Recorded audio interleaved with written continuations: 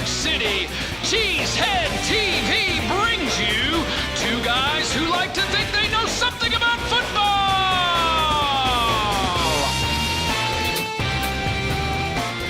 Good afternoon, everyone, and welcome back to Packer Transplants Live. I am Aaron Negler, and I am joined, as always, by Mr. Corey Banke, my partner here at Cheesehead TV.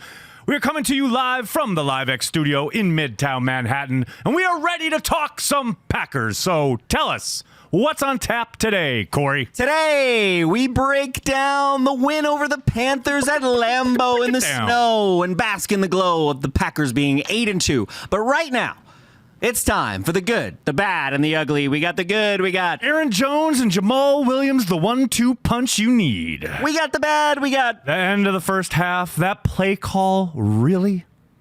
We got the ugly, we got a delay of game coming out of a timeout.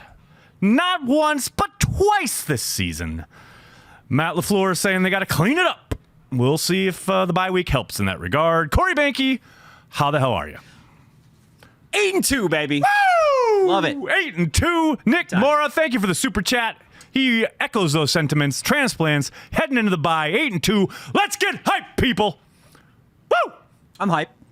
Oh, I know you are, sir. Because the Packers are 8-2, and they have a bye week. A bye week, and they're healthy. They're healthy. I mean, who would have thunk it? Let's dive right into the news, because the news is the Packers have the latest bye week they've ever had. That's right. Since the beginning of a 17-week schedule, this is the latest the bye week has ever fallen for the Green Bay Packers, and they're healthy. I like it. They don't even need it. I mean, obviously they welcome it, but they don't really even need it. I mean, when was the last time they didn't, limp into the bye week?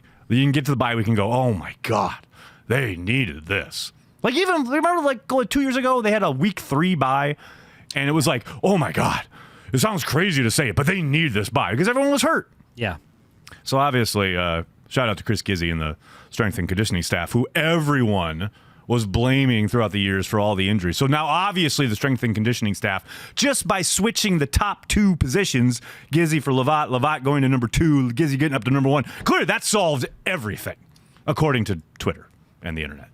I don't even know what you're talking about right now. Because you're not a geek like me, Banke. You're a geek in a totally different way. Totally different. You're a geek in a passionate way. I'm a geek in a minutia kind of way. I'm a geek, not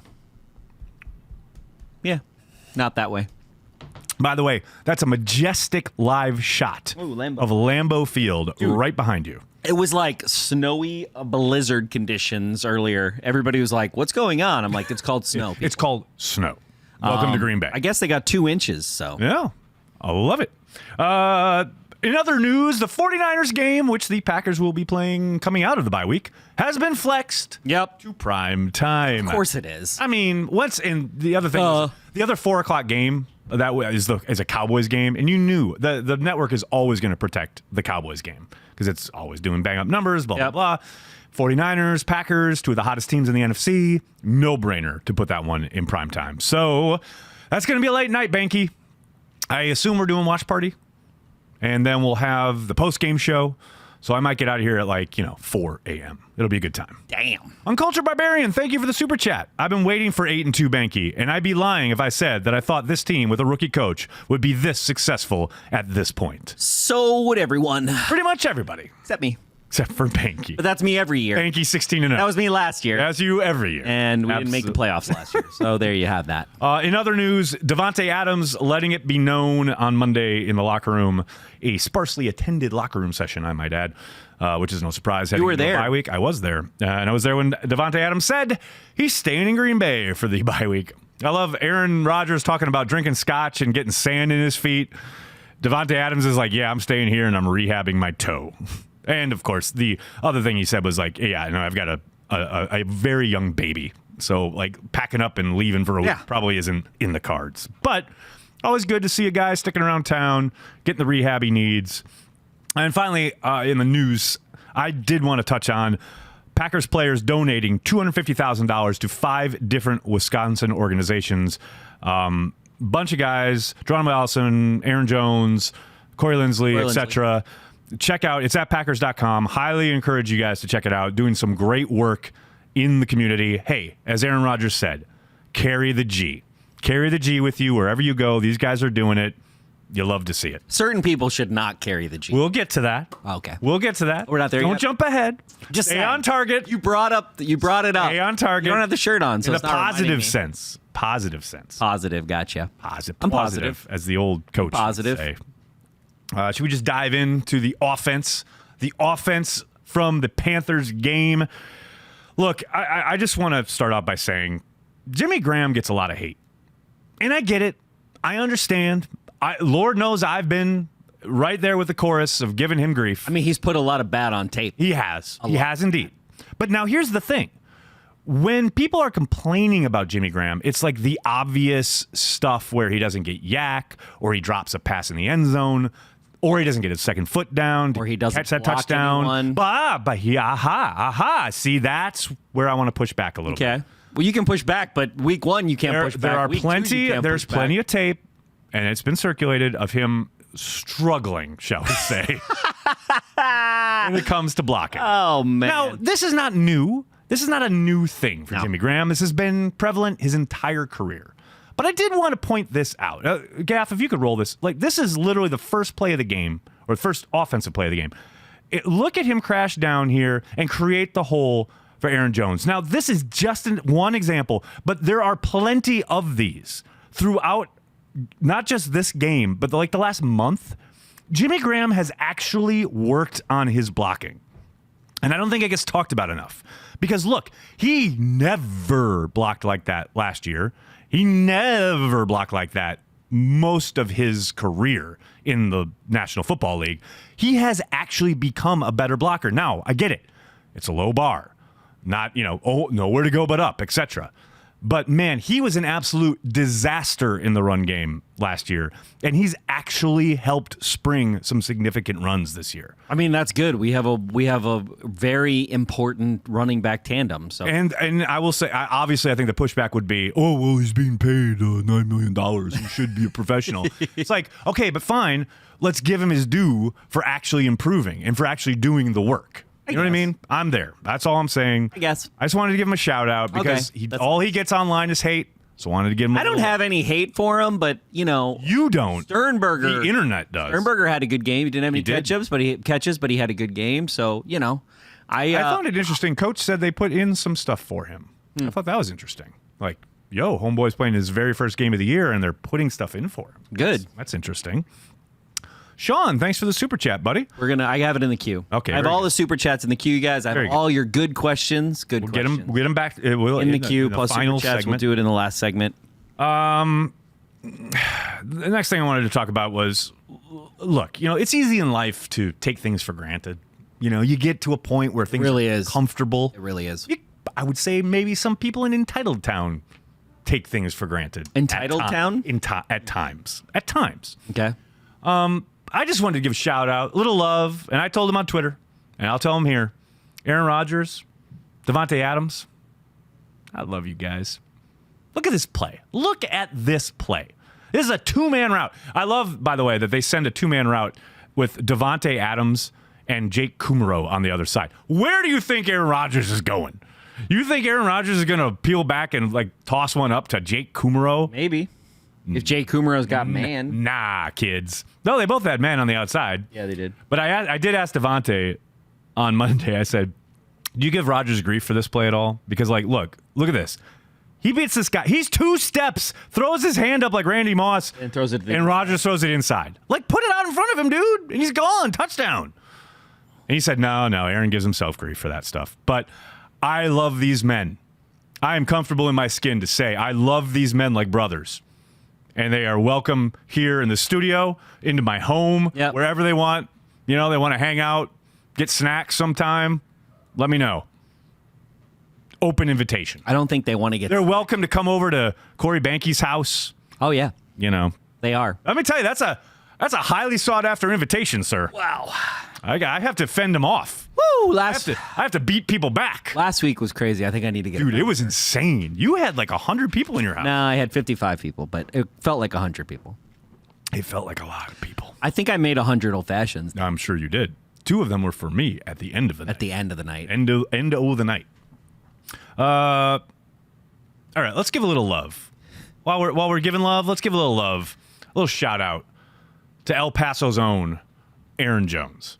I mean, at this point, he needs to be in two conversations. The MVP conversation. Not according to Booger, but. And the All-Pro conversation. Yes, the All-Pro. He needs to be in both of those. I agree. And look. He's not in the MVP, though. He is now. Because not really. Because as we've seen over the years, the MVP always works kind of like the Pro Bowl. It's like that 1 year you got to kind of get recognition. Right. And then. Well, it's a quarterback award, essentially. Exactly. It's always When's the last time they give it back to a running back? Forever ago. A long time ago. In a galaxy far, far away. But he needs to be in that conversation. If Christian McCaffrey's in that conversation and you heard Panthers fans chanting MVP after he scored a touchdown in Lambeau Field, yep, then Aaron Jones needs to be in that conversation. If for no other reason, then he is like battling with McCaffrey for the touchdown lead in the NFL with half as much opportunity. I mean, McCaffrey plays like 95% of their offensive snaps. Yep. Whereas Aaron Jones splits time. Literally 13 carries to 13 carries with Jamal Williams in that last game. Splits time with Jamal Williams and is still scoring 3 touchdowns. I mean, the offense flows through him. The definition of value. Like, they lost their best, most talented offensive weapon in Davante Adams for a month, and the offense pivoted to Aaron Jones, and it didn't skip a beat. In fact, it thrived. Adrian Peterson was their last running. There you go. 2012. A long time ago. Yeah, I hear you. Wilson should not even be in the conversation. I don't understand why he is. Oh, no. Yeah, he should. No. Yeah, he should. He had a bad game Monday night, but he absolutely should be. No. Yeah, he should. The Seahawks aren't even going to be. What are the Seahawks going to do this year? A whole bunch of nothing? Well, they're in competition for the top of the NFC, just like us. Whatever. Now you're going to tell me. I love it. Now you're going to tell me that Troy Aikman is good at his. What is the point of football? To score more points than your opponent to win the football game. Aaron Jones is scoring more than anyone else on the football field. That is valuable. True. Could it be most valuable? I posit that it could be. All I'm saying is he's in the conversation. I mean, I'm not saying right now here sitting in week 11 he has won it or locked it up or dismissed all other arguments. But if he's not in the conversation, just stop talking. Because he should be. That's all I'm saying. I'm stopping talking. I mean, it's going to be a really compelling show for 40 minutes of silence. Look, I agree with you, but I know how the NFL works. Wait a second.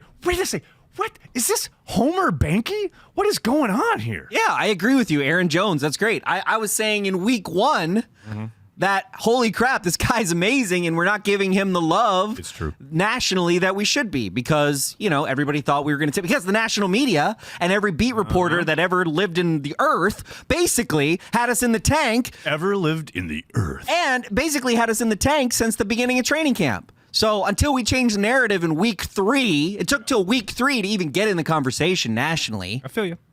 So, I feel you. Fuck Seattle. Don't get out of here. Is this a Seattle podcast? No, it's not. Why are you yelling? Okay? Why are you yelling? Because people on the chat, I'm like, get out of here with Seattle. I don't care about Seattle. You know what? I don't want to think about Seattle. Because when I think about Seattle, I think about 2014, and I don't want to think about it. You were there. Face painted, front row. Dreaming about the Super Bowl. Seattle is not even they're going to make the first round and they're going to get their ass handed to them. And it's not going to be us because we're going to have a first round bye, baby. That's a fair point. 95% chance we make the playoffs, people. 95% chance. Fair points. Fair points all around. So we're going to have a bye.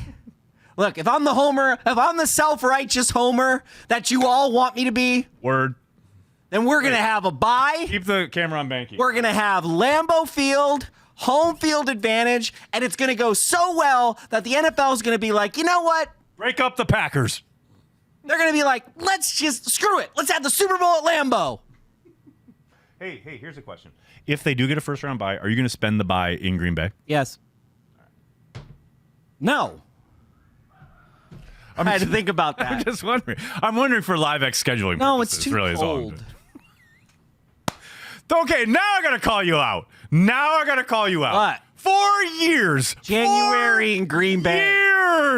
Years. Look at it. Years. How cold it looks, nigga. Years. Wow, we are off target now. Years. I spent across the table from you on this program, albeit not in this studio. It was up in your apartment in Inwood. You gave me untold amounts of grief about what a great fan you were and how I didn't understand fandom because you were at the game. It's true. You were sitting there in the cold. It's true. You attended the games. It's true. Now you're a big fat cat with your house across from Lambeau Field with your live shot. Ooh, look at my technology. And you literally fly to Green Bay every home game to sit across the street in your house. While everyone else, who apparently aren't the real G fans anymore, I never said freeze that. their asses off across the street. I never said they weren't the real fans. They are the real fans. This season. It's too cold. Banky, Look. you just said it's too cold. Really? Nagler, in 2007, were you at the second coldest game? Oh, this is my point. So, no, I was not. You know Also- where I was? I had my infant daughter who had been born several days before sitting on my chest. And when Tynes kicked the field goal, I thought, oh, well. I gave her a kiss and life moved on. Also, I just want to point out that I am planning on going to every playoff game. I have only missed 2 playoff games since 2007. I am aware. I'm not stopping that streak, I feel you. okay? It's I'm not worried about a streak. I'm just saying. When was the last time you attended a game that they lost? Was that in Arizona? No, I feel like I went to a game last year that they lost. Oh, at Lambeau? Oh. Well, they lost a lot of games. Yeah, I went to 4 games last year. The best game was the Bears game. Oh, the week 1 was hot. That's true. All right, should we get back on script? That was a great game. That was amazing. We probably should have stopped the season right there. Should we get back on track here? What happened? I don't know. Are we in a show? I don't know. Will the phone just ring?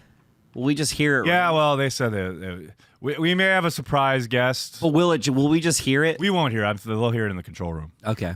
Is somebody listening for it? I hope so. We'll find out how good our producers are. Oh, hey, and shout out to Gaff. This is his last Packer Transplants. Gaff's last. Gaff is leaving us. Those of you who have followed for a long time, Gaff, our good friend, our buddy, our producer, leaving LiveX. Gaff's last gas. Moving on.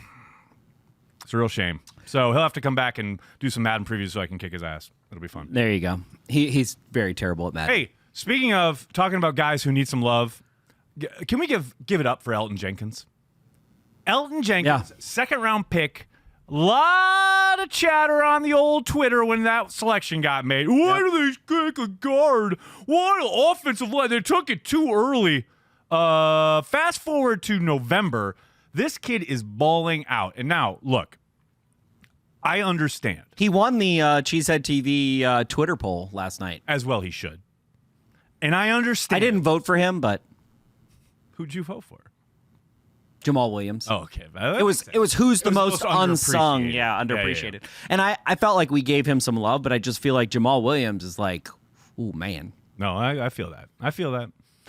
But, I understand that there's no chance in hell that Elton Jenkins will win Offensive Rookie of the Year. It's never gone to an It's never gone. The award has never gone to an offensive Doesn't lineman. it always go to a running back? Or a wide receiver? A skill position player or a quarterback. Kyler Murray will undoubtedly win it this year. As well he should. He's been amazing. But look, Elton Jenkins should be in the conversation. Again, much like Aaron Jones, I'm not saying he should win it. I'm not saying it's locked up. I'm not saying you're an idiot if you disagree. But he should be in the conversation because he has played out of his mind, especially, and I'm just talking, he's played out of his mind, period, but especially it gets enhanced and heightened when you remember what you're talking about. A rookie coming in and just seamlessly, basically locking down the left guard spot in Green Bay. I mean, he looks like a 10-year vet. Yeah. And here's the other crazy part. He's only going to get better. That blows my mind. But yeah, Elton Jenkins, balling out. So I wanted to give him just a little shout out, little love, little recognition. Now let's switch over, shall we? Let's talk about the defense for a little bit. Okay. I'm going to talk to somebody right here. That was the end of the offense? Yeah. Yeah. But everybody's talking about. Well, everybody's talking about how Aaron Rodgers isn't good on Twitter. Like, yeah, well, people do this. I know I'm creating a little bit of a straw man, but seriously, I'm seeing these things where people are like, "Oh, Aaron Rodgers didn't have a good game," and it's like, okay, I don't understand. I feel like okay. I don't. You watch the tape. He missed some reads, he missed some throws, and he didn't turn the ball over. His counterpart, Kyle Allen, had a good game, made a lot of good reads, made a lot of good throws, but also created the 2 turnovers, which decided the game. Well, that's the thing. Turnover differential is not only the reason the Packers are mostly the major reason the Packers are winning this year, but it is throughout time immemorial the reason people win. +2, baby. Win. +2. They are, I believe. But in that game, we were +2. They were +2 in that game. I think they're like 3rd or 4th in the NFL at the moment in turnover differential. And probably the biggest reason we didn't. Tells you something. Probably the biggest reason we didn't beat the Chargers is we couldn't create a turnover. Couldn't create turnovers. Well, they've been balling out, creating turnovers, and in the red zone in both areas, offense and defense, and that is the big kind of push/reason they're winning football games. And Aaron Rodgers, as frustrating as it can be when he holds on to the football, like he had 2 sacks. One of them was him running and he got tackled 1 yard behind the line of scrimmage, which is counted as a sack. Yep. And the other one was because he held the football. He was just behind the line of scrimmage. He almost beat that guy too. And he admitted, I held the football too long. Other than that, the offensive line kept him upright and he made the reads and he made the throws. So he is careful with the football, and that will never, ever, ever be underappreciated in this space, because that is how you win football games, by being turnover adverse. So people can say, yes, did he miss Aaron Jones on one play? Well, he threw to Devontae up the left sideline. Aaron Jones is screaming wide open underneath on a basically it's kind of like a clear out route. Did he miss it, or did he predetermine that throw? Yeah, sure. But guess what? He's Aaron Rodgers. He's one of the greatest to ever do it. He gets to make that decision. And that's football, and it's going to happen. He still played at a insanely high level. And people saying that like he's not that good anymore don't know what they're looking at.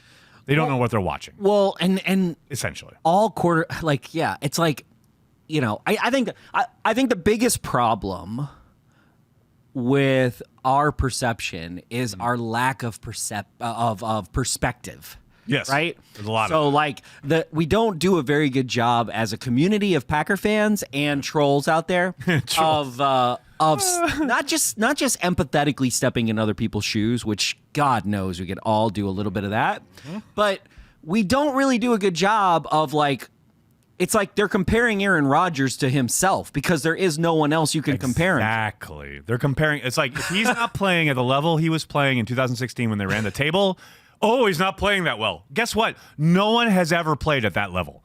That run the table sequence, that stretch of games, no human quarterback. Maybe somebody in NFL Blitz, maybe somebody on Madden, but no human quarterback has ever played at that level for a sustained number of weeks. Never, ever. It hasn't happened.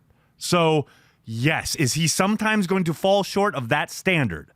Probably. Because you can't be Superman all the time. But here's what's so great. And we talked about this summer. The way Brian Gutekunst went about reshaping this team like he wanted it to look is very evident that Gutekunst said, okay, I need to construct a team that isn't reliant on the quarterback having to be Superman week in and week out. Which this is the first Packers team. This is the first Packers team created in the aughts that doesn't completely rely on the quarterback to win the game. Probably. That's 19 years. Probably. I mean, it's been a long time. I mean, 2010, we had the turnover differential. Our defense came on late. Defense. But we did not have the ends we have right now. And Kenny Clark busting up the middle. I mean, it was, I know we're on defense now. I can't remember. We'll get to defense. Let's go to defense. So Kenny Clark.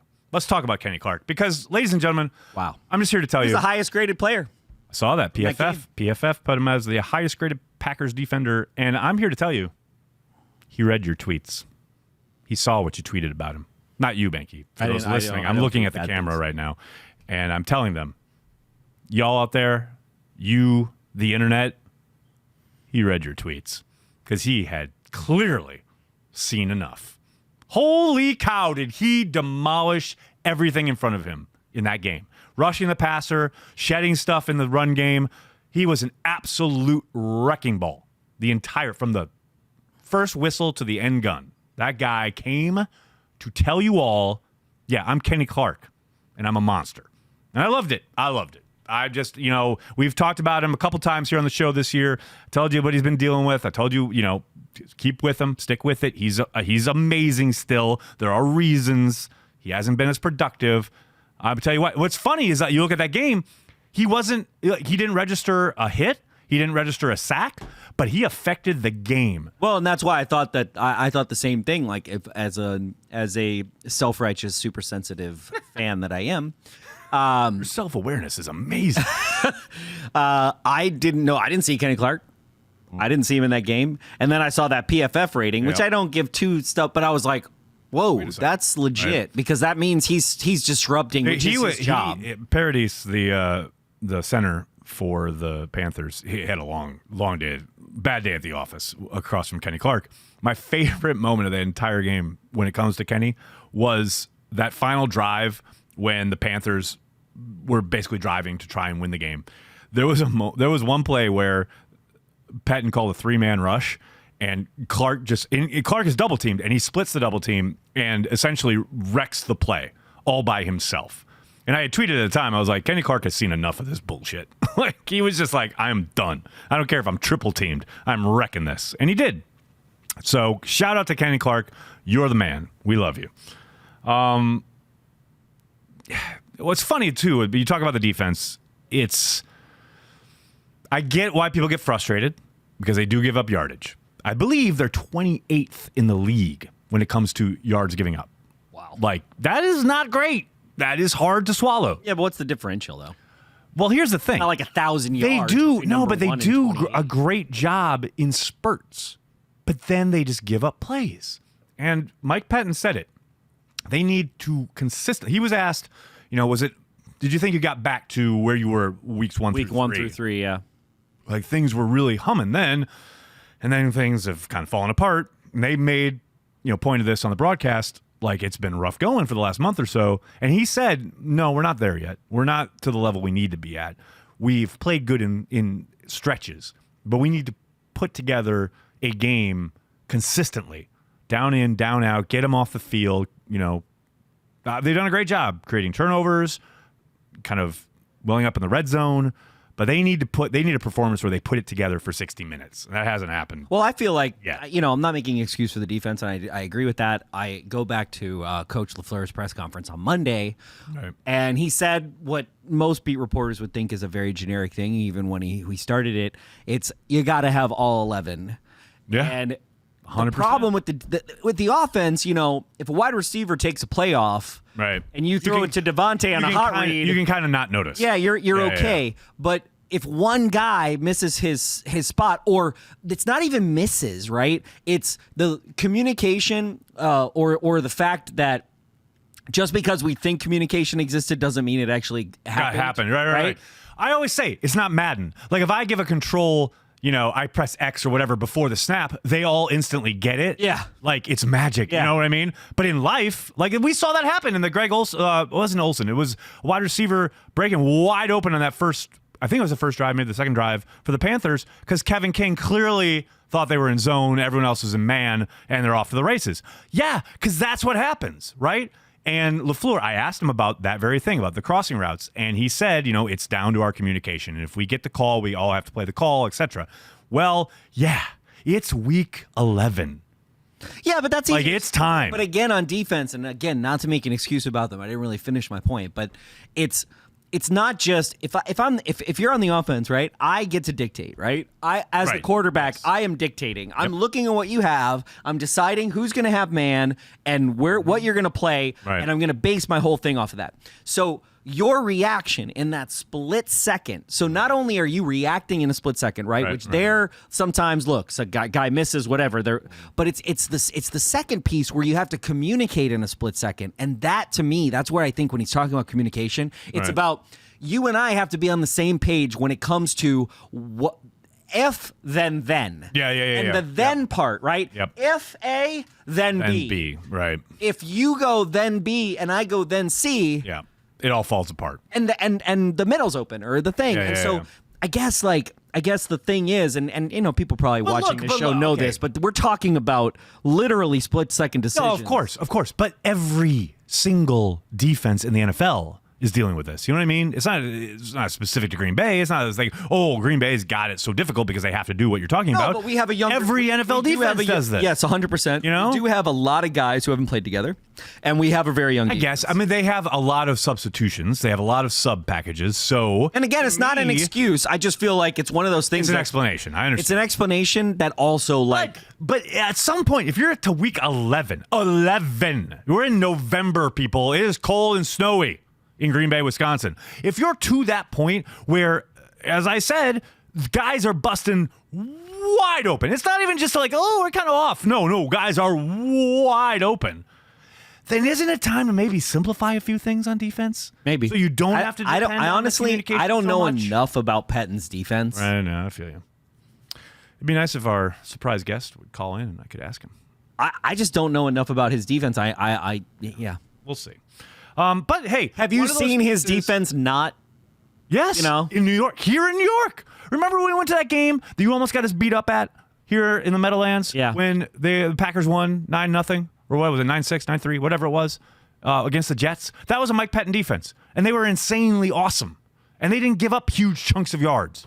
Now, all right, they also had Darrelle Revis, but Darrelle Revis wasn't the reason that happened. Right. They were a fucking great defense, and he had a pretty good defense in Buffalo as well. You know, like wherever he's gone, he's had a pretty damn solid defense. But for whatever reason, here in Green Bay, there are these huge gaps, these huge lapses, and I can't figure it out. Like, although I will say, now I've spent a lot of time, and I love Mike Pettin. I love the hire. I love him as a coach. I don't really understand what's going on with all the communication stuff. But one thing I did love was Ibrahim Campbell coming off of PUP and putting him right out there. Now, he knows Pettin's defense really well. He played with him in Cleveland. He stepped right in after a couple weeks of practice, and they activated him, and he stepped in, and Shannon Sullivan went to the bench. Campbell is clearly rusty in some areas, like recognition. One of the crossing routes we were talking about to Greg Olsen, he's clearly late recognizing, etc. That's, I think, to be expected a little bit. So that may play into somewhat some of their issues. I can't chalk it up completely to that because we've seen it time and again before Ibrahim Campbell came. I also think that he was disruptive. He was, and that's what I wanted to highlight. It's like been the difference. The guy came out, played 60% of the snaps. He played pretty damn well for a guy who hasn't played since last December. This is his first live action. To be thrown out there as much as he was. I mean, hell, he almost made the play of the game when he made Christian McCaffrey fumble. He had forced the fumble. Now, Panthers got on it, but that would have put him at +3 turnovers for the day. I mean, the guy was all over the map. He was a sure tackler, made a bunch of plays in run support, and he was there to break things up in the passing game. So hopefully that's just the start, right? Like if Campbell can solidify that third safety spot, that may get him back to that week 1 through 3 stuff where they had Raven Green. You know, they have that one piece rather than having to run guys in and out, rather than having guys rotating, which I think probably contributes to some of the communication issues. Or I mean, if you've got different guys for every package, is Blake a liability? Did you just read that in the chat? No. Are people trying to push my buttons? No, I want to know is because Blake a liability? Guess what? The middle line, like the guy in the middle, is that's where our biggest holes are always. Here's what I've said on Twitter, and I'll say it again here. The truth with Blake Martinez does lie in the middle. There are people who love him and think he's great. He is not a great player. There are people who think he's awful and needs to be cut. That is stupid. He is a 4th rounder who is panning out, and that's it. He is not a playmaker. He is not Luke Kuechly. He's not an all-world player. It would behoove the Packers to give him a consistent running mate that he can count on and know is going to read things the way he does, is going to react the way he does, is going to know kind of how the defense operates around him. He's gone through so many dudes next to him Maybe Campbell being there consistently helps. That said, he is a major issue. I won't say he's a liability because it's 11 guys having to work in concert. Yeah, and I don't agree that he is. I was more positing it. He is an issue in some regards, especially when it comes to, interior linemen getting up on him in the run game, diagnosing things in the run game, etc. That has been a problem. He is certainly not without fault there. But I also think it's interesting when A.J. Hawk was who he was, Packer fans hated him. Oh, he's a top 10 pick. He should be so much better. Martinez is not a top 10 pick. He is a 4th rounder who is playing insane amounts of snaps and being incredibly productive. I get he's not Superman, but he was never supposed to be. Yeah. No one ever expected him to be, except apparently Packers fans or some segment of Packer fandom. So, yeah, that's my answer to is he a liability? You ready? Yeah, I'm ready. Ready to go? I'm ready. All right, Gaff, hit it.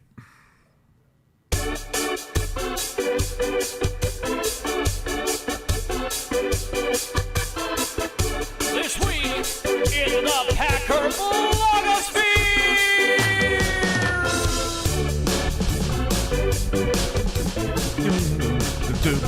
That's right. It's this week in the Packer blogosphere, the return of that venerable series. Corey Banky. I want to give a shout out. I want to give a shout out to a good friend of ours. Oh, yeah? A good friend. Is the this mayor of Green Bay. Is this a good friend who actually liked my tweet and for the first time in like 2 liked months? a tweet of yours? Couldn't believe it. It's amazing. I didn't even think he followed me anymore. Did you throw a party? Did you crack I did, kind of. I was like, I can't believe mind? it. I can't believe it. I thought he stopped following me. I thought he muted me. Kyle Cousineau, the mayor of Green Bay. For those of you who don't live in Green Bay or are not aware, he is not really actually the mayor. And I've been asked this question a couple times. And he's not the real mayor, but Jason Wilde really virtual. Doesn't like it when you say that. He's the virtual mayor. What? That When he's you the say mayor of he's Green the Bay? mayor, yeah. He is the mayor. Oh, Wilde, lighten up. The mayor of Green Bay, Kyle Cousineau, had the greatest tweet, or one of the greatest tweets of the day, with my first Packers game. Hashtag my first Packers game. There it is on our screen. I want to hear stories of your first Packer game. Use the hashtag my first Packers game and tell me the date, who the Packers played, who stood out to you, and what you will always remember. And I encourage everyone watching, listening, wherever you are consuming this content, go find that tweet and look at the responses because they are so great. They're good. I liked It's them all. I liked all the incredible. ones. It's phenomenal. Trip down memory lane. Just awesome. Just awesome. What are you reacting to there, Banky? Some people talk about Wildy. Oh, no. It's funny. Oh, boy. I think it's funny. Oh, boy. Anyway, But yes, so I loved it. I loved cool. I liked it. it. Next thing in the blogosphere here, I wanted to give a shout out to Ticket King because they've been having some issues. Ticket King, a lot of people hit me up today because what do we do here? We talk about Ticket King. I talk about them every day on Extra Cheese. Like they are great sponsors of ours. They're on our website. Yeah. If you go to ticketking.com at the moment, even if you go through Cheesehead TV and you try and buy a ticket, guess what it says? There are no tickets available for this event. Well, people, there are tickets available. Wow. They had some kind of website migration. Yeah, they got tickets now. Oh, there you go. They had a website migration where basically they had an issue come up where it basically blew up on them, and this was literally 45 minutes before. Oh yeah, there's no tickets available for this event. There you in the go. State. So at the moment, You can get parking tickets though. you have to call you Ticket can't. King. The website, the number's on the website. You have to call Ticket King to get tickets via Ticket King. I don't know. There's some millennials watching. I don't know. If I know they're not going to know phones. I know, but there are some older folks They're like a phone. What are those digits? that will be looking for how they Packers text. tickets. Who Rachel was looking for Packer tickets earlier, and I Maybe said you can- she was like, "Why isn't Ticket King working?" Maybe you can text them. No, you got to call. Got to call. Got to call the number, people. That's a little old school. So go to the website. The number's there. If you need some Packers tickets. Ooh, look at Lambeau. Okay, so Hot. this is how Lambeau looked when it was snowing in Lambeau, Right. but not anywhere else for the first half of the game. Like literally on TV. Snowing Lambeau, you can see all the snow. It looked like the snow globe. And at your house, it's And not snowing. Nowhere. And I think it's because it was coming from the south Right. and the way that it was coming in. But are people texting you? Yes. Not that person, though. Oh. It'd be nice if they did, but they're not. It's funny how you notice how last week someone was watching and commenting live. Yeah. This week that person's not watching and commenting live. Funny how that works. I know how that works. Yeah. I called this, by the way. Yeah, no, I know. Well, so did I. I mean, to be fair, I knew this wasn't going to happen. But Nagler, I got a new segment for this show. oh, I'm ready. My body is ready. I've got a new segment, Nagler. Yes, sir. Yes, sir. Okay, so this segment is called Please Don't Carry the G. Okay? Do not carry the G. Do not. As opposed to Aaron Rodgers saying you Aaron carry Rodgers the G was like, with you wherever you Carry go. the G, you go out of here on the bye week. Packers fans carry the G. Corey Benke is saying do not Don't carry the G. Stop. Now, So this person I'm going to point out, they don't actually point out. We gotta set this up. We'll do this every week from now on. Oh, we will? Well, you just said it's a segment. Oh, okay. So if you, I thought it was just for today. No. But I do always Every talk week about we are shows. going to nominate someone and tell them, at least for this week, do not carry the G. Okay. So this person actually doesn't carry the G in their job. Maybe. Not in their job. They were talking some shit. So Ian Kenyon, NFL, on Twitter, he writes for that one Bleacher Report. I've heard of them. Yeah, he's the associate NFL editor. Replying to Justice, I think. Justice Mosqueda, Yep. Green boy. Bay is like 4 plays and a couple calls that went their way away from being 5-5. I can't believe this team is going to get a first-round bye. LOL. Oh, there's some LOLing. Let me tell you, Ian. So the stupidest part about this, so I said, this tweet is so dumb, basically. Right. And literally 200 Packer fans agreed with me. Not even Packer fans. I think there were some Vikings and Bears fans that were like, do you even watch football, bro? Like, literally, we could be 10-0 right now. Right. We could be 5-5. But we're not. We're 8-2. Correct. And then the funniest thing that I think, and you don't agree with me on this, but I feel like bloggers, writers, broadcasters, even self-righteous, super sensitive fans like myself, there's no consequences. They just say a bunch of stupid nonsense and no one calls them out on it. See, So but you know what? No. Hold on, Nagler. Hold on, Nagler. Don't carry the G, Ian. Okay? Nagler, don't stand up and defend I'm the not bloggers. defending him. That's the dumbest shit I've ever heard. Yes, I agree with you there. I agree. Thank you. I agree with you. Don't be defending Don't carry your the G. people just because you get to go in the press room. I don't want to hear it, Nagler. How am I defending him? He's not in the press box. Look, that's the dumbest shit I've ever heard. But I will say, you say there are no consequences. I say there are consequences. No, there are no If you consequences. build up enough trust, you engender trust in an audience, blah, blah, blah. We've been doing this show for over a decade. We have built an audience through time, right? You build up that equity with people. If you say enough dumb shit, people start ignoring you. But it doesn't And/or happen, though. They treat But you that's as what a I'm punching saying. bag. This is what I'm saying, though, okay? I hear you. I feel like, and I know it's my super sensitivity, okay? But I feel like people are saying some dummy dumb. Like, okay, I know I beat up on this guy, Oh, Jesus. okay? Peter Bukowski, I can't help myself. He puts this thing like, I can't wait for the fireworks between Richard Sherman and Devontae Adams. Okay? It seems like an innocuous tweet. That dug into my soul. I was like, are you kidding me? Really? Richard Sherman could not carry the water. Like, Richard Sherman's like, Devontae, would you like some water? Oh, you just passed me? Oh, I'm sorry. Come on, man. Like, don't carry the G, bro. Don't.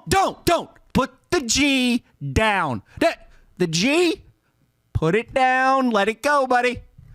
I can't handle it. There's no consequences. Nobody's unfollowing him for some stupid shit. He said that Jeff Janis is better than Jake Kummerow. Nagler. Wow.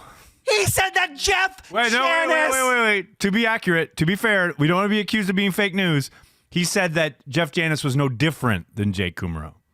That's not better than. That's just, he said it was no difference.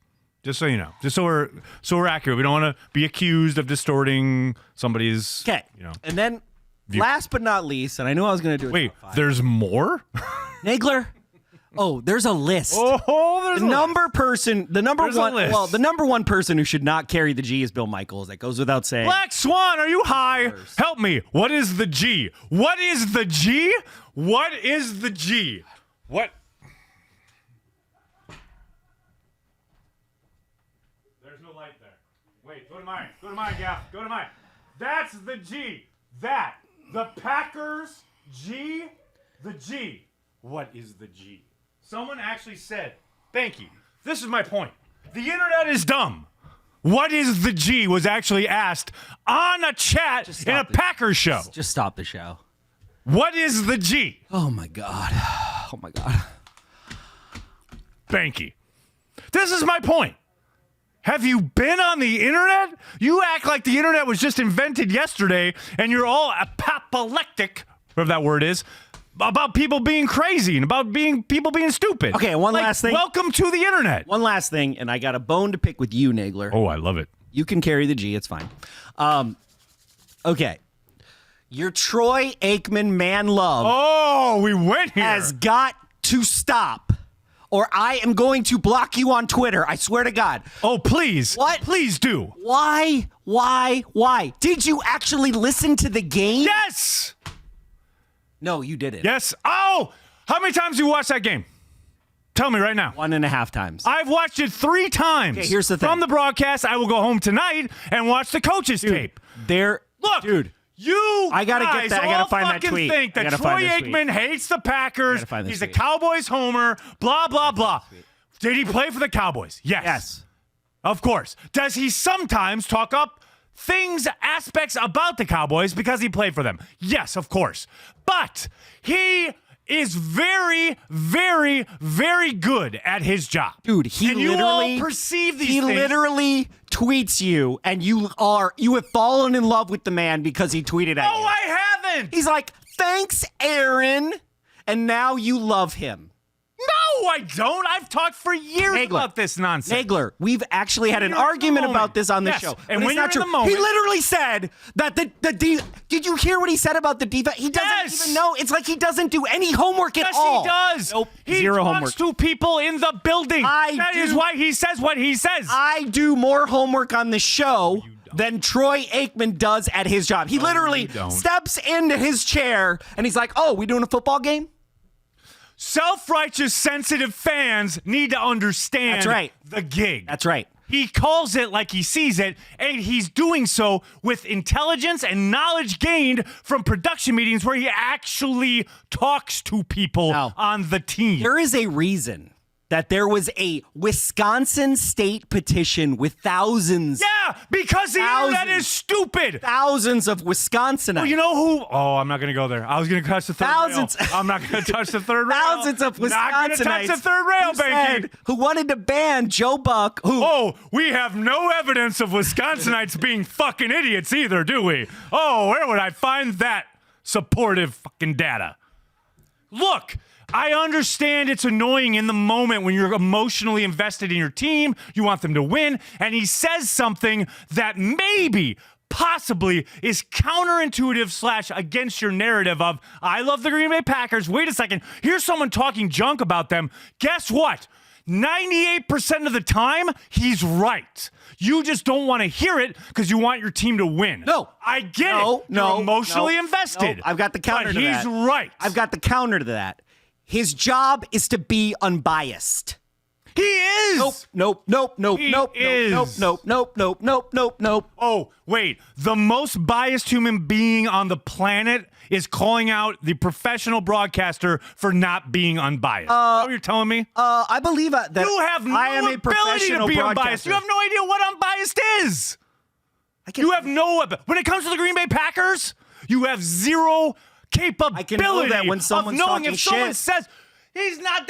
Thank you for proving my point. You know enough to know when someone's talking shit. Good, because he hasn't talked shit once. You've interpreted it. Dude, I have the green and gold response. glasses on it all the time. That's not true. There was and also, by the way, you are disrespecting the fact that I've been a broadcaster for fucking 15 years. Okay? Oh my God! No, I'm not. I can listen professionally with how one many ear. Green Bay Packers games have you broadcast? I've broadcast the New Year's Eve in Times Square broadcast for 7 years. What does that have to do with the Green Bay Packers? I'm just saying. Of which you are obsessed and in love with. I know what a professional broadcast should sound like. Of course you do. And like, guess what? Whether I'm a fan or not. Every time Fox airs a game. No, Nagler, no. And I think that more people agree with me than agree with you. Of course they do. You know what? More people went to see fucking Titanic than every great film ever made. Doesn't mean Titanic is great. More people vote for American Idol than vote for the fucking president of the United States. We live in idiocracy. Great. Enjoy it. Go with the sheep. Why are you booing me? I'm right. I'm not booing you. I know. That's a line from the show. Oh, what show? I don't remember. It's on Twitter. I don't care enough. I mean, you're completely wrong. Whatever. I'm just going to sit over here enjoying being right. Should we talk to people on the old internet? Yes. Should we take some chats and comments? I'm starting with the last one. So Nick Mora, thanks for the super chat. Transplants heading into the bye 8-2. Let's get hyped. Woo! Getting hyped. You can play those. Yeah, you see There it is. There it is. Thanks for the super chat. Then I got Black Swan. Which player is helped most by this bye? Ooh, that's a really good question. Yeah, I thought so. I gotta think about that.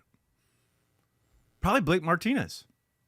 You know, get that hand right. Okay. Maybe get some adjustments on the defensive side of the ball. Next one, Uncultured Barbarian. Thanks for the super chat. Again, I've been waiting for 8-2 Banky, and I'd be lying if I said I thought this team with a rookie coach would be this successful at this point. Nobody thought this, except for 16-0. I will never forget. Okay, I will never forget sitting at my bar across the street from Lambeau, and this was like a private, intimate moment with Nagler and myself.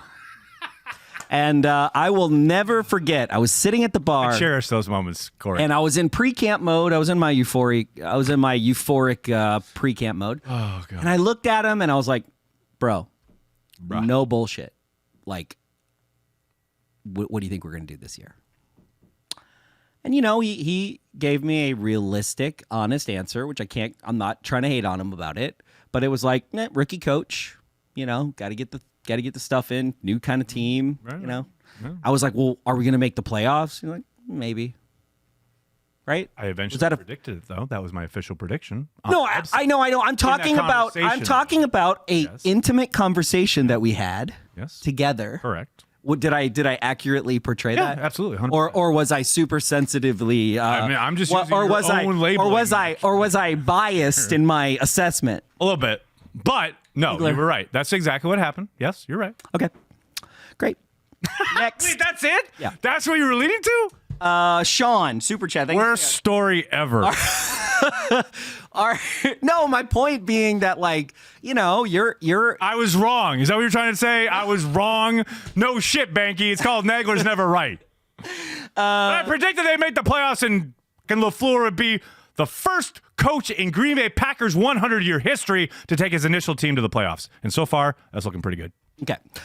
Sean, thanks for the super chat. Are you surprised with how successful we've been under Gutekunst in finding talent, especially in free agency? Surprised? No. I think he's got a good stable of talent evaluators underneath him. I'm not completely sold on Gutekunst's ability as far as being a talent evaluator himself. I'm kind of 50-50 on that. But half of that gig is taking input from the lieutenants around you and making decisions. And I think early returns suggest that he's done a pretty good job there. Now, you look at that 2018 draft. You got Josh Jackson, who can't get on the field, can't even be active. You got Oren Burks, who can barely play. You got Jamal Moore, who's been cut. You know, after that first pick, it gets a little dicey. So, but there's time yet. There's time. You got to wait. I mean, 2018, I understand. we're only one year. And that's only one draft. He's had another draft after that. He's had a free agency period, which he seems to have knocked out of the park. So that's all into it. We'll see. Dustin, thanks for the super chat. 2 beers in Green Bay on me or half a beer in NYC. Like the video, people. Thank you so much. Thank you. Parker Mose, thoughts on the Packers at 49ers game? Big-time postseason implications? Yes, 100%. There is. Look, all I could think while watching that game on Monday night between the Seahawks and the 49ers was this is a beatable team. I understand the 49ers have played very well. They're entering the tough part of their schedule. Yes, they were without a couple significant pieces, most importantly, George Kittle, the tight end, who is amazing and a monster. And the Packers have had nothing but trouble trying to limit production from tight ends. But I would also say they have had nothing but trouble defending tight ends and won 8 games while that was happening. Yeah. They can win the game. Don't think for a second that they are overmatched, that there's no chance, that, oh my gosh, it's going to be lucky if they win. The Packers can win this game. Every team in the NFC has flaws, has problems. We are attuned to the Packers' issues because we're obsessed with the team and we follow it day in and day out. All of these teams, I mean, and they were laid bare on Monday night. The Seattle game, yeah. Both of those teams have issues. Yeah. So I'm looking forward to this matchup. Cheesehead TV, what is going to be the most important matchup for our game against the 49ers? Ultimately, if they can contain Bosa and the guys up front on defense. And I think a big part of that is obviously going to be about staying ahead of the sticks. It's about Matt LaFleur against his old friend, Robert Saleh. Those two, they're old. They know each other. You know, they undoubtedly are going to relish going against each other.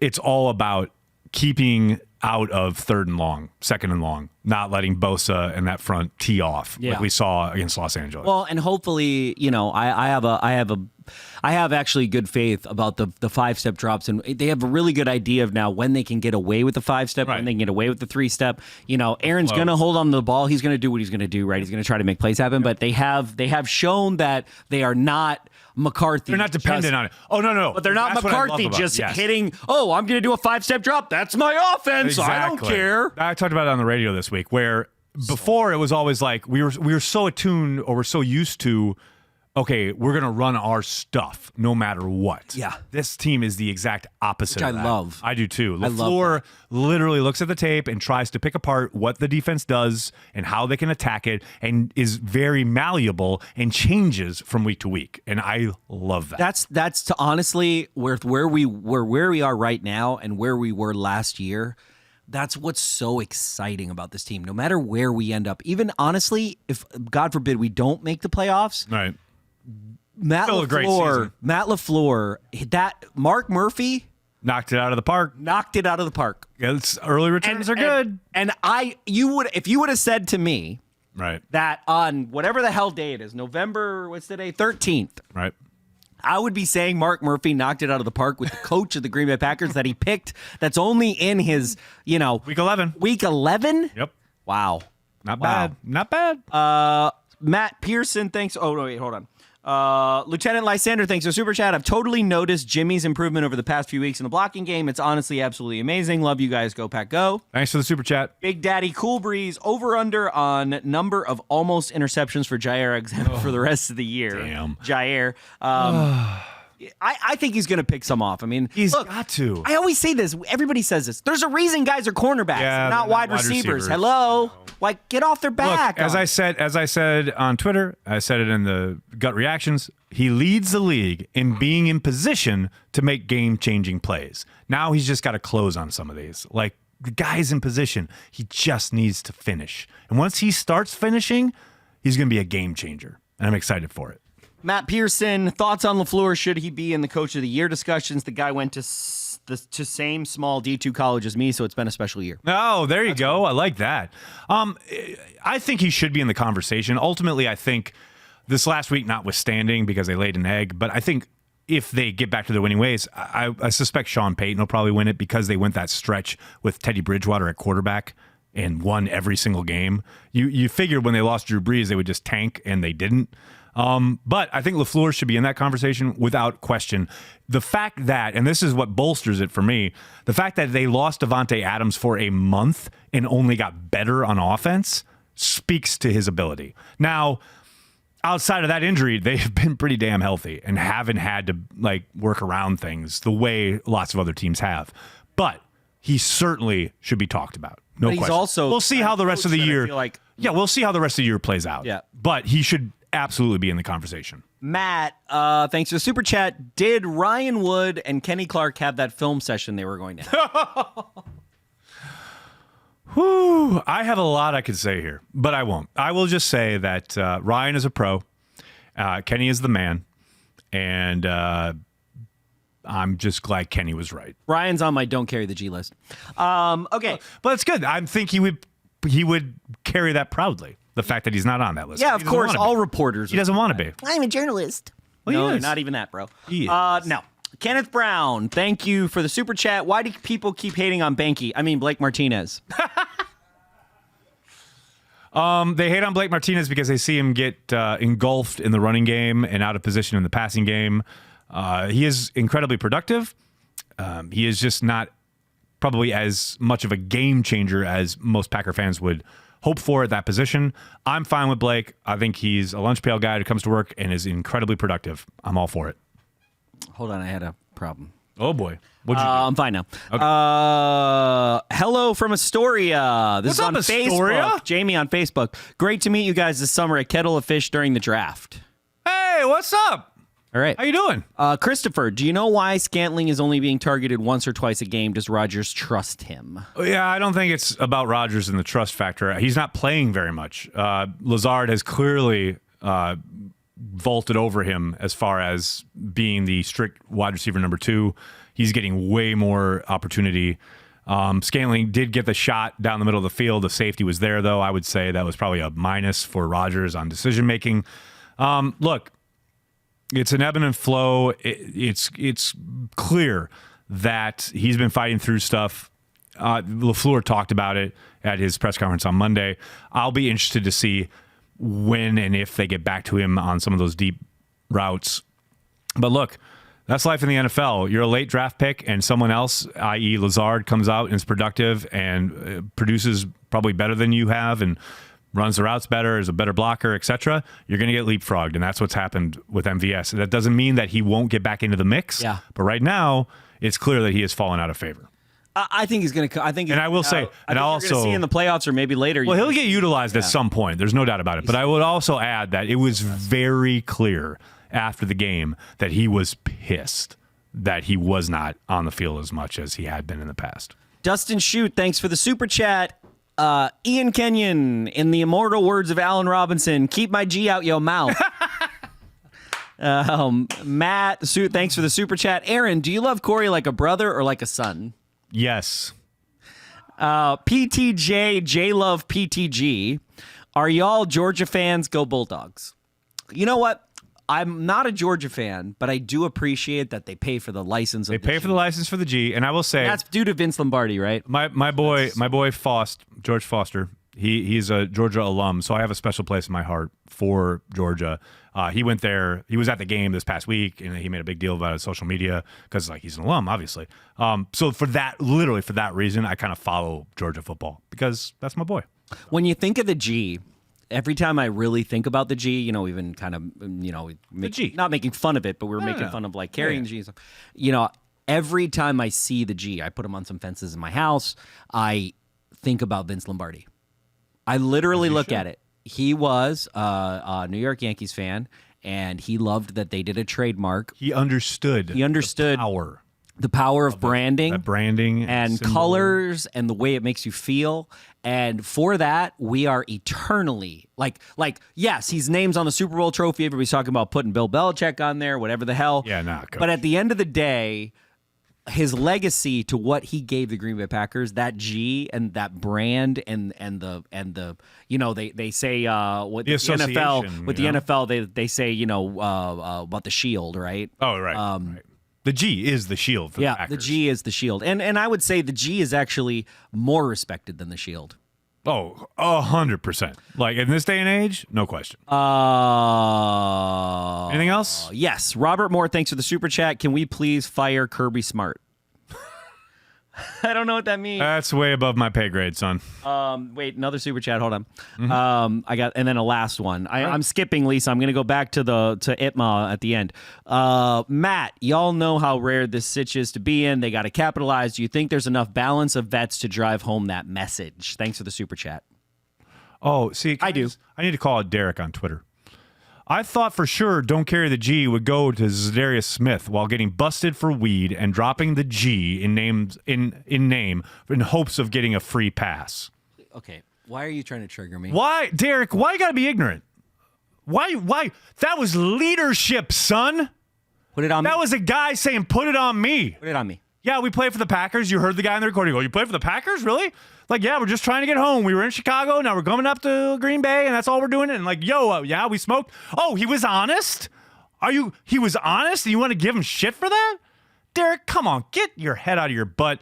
Get out of 1955. It's 2019. Wisconsin's regressive laws are 1,000% more at fault here than anything Zadarius Smith did. I agree with you, but that was last week. Okay, answer this. This is Matt on the super chat, okay? This is a good question. Y'all know how rare this sitch is to be in. They got to capitalize. Do you think there's enough balance of vets to drive home that message? I'm saying yes. 1,000,000,000%. You got Rodgers, you got Graham. I mean, look. And even Zadarius Smith. I mean, Zadarius Smith is he's a fifth-year player, so he's a leader, but he's younger, though. He's younger. Rodgers even mentioned this. Like, you look at Rodgers, Graham, Tremont, and Big Dog. Yeah. Mercedes Lewis. Those are the guys that are saying, look, it's bye week. Get your mind right. That's the whole thing Rodgers was talking about when he said you carry the G wherever you go when you leave this building. And that's the core of the leadership, veteran leadership that is like, we've been in this league for a long time. And we know how rare this air is that we're breathing. So don't fuck it up. Come back ready to go because we're ready to go on a run. Last question. Speaking of leadership in this show, oh boy, Banky is right about Troy. He said the defense struggled against the Cowboys. He did. I thought the score was 31-3 at halftime, and they caused 3 turnovers. Sounds biased to me, Nags. Go Pack, go! Love ya, love ya, love ya, love ya. Oh, so you turned off the game at halftime? Because you missed all the explosive plays in the second half when Jair Alexander was biting on stuff up, and they had those. Oh wait, I'm sorry. Did we win? Good. Did we win that game? Oh yeah, but the defense struggled, didn't it? Oh snap! I'm right. I love being right. I love being right. No, you're not right. You're right. I love. Okay, we're done. Okay, that'll do it for this week's Packer installment of Packer Transplants. We'd like to thank everyone who stopped by to chat some Packers with us. That's why Corey and I are here. We are and will always be devoted to Green Bay Packers fans worldwide.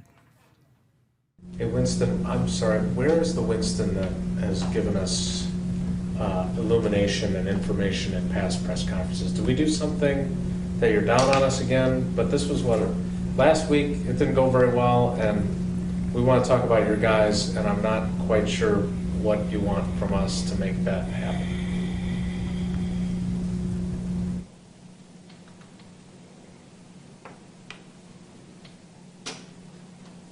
I can't help you.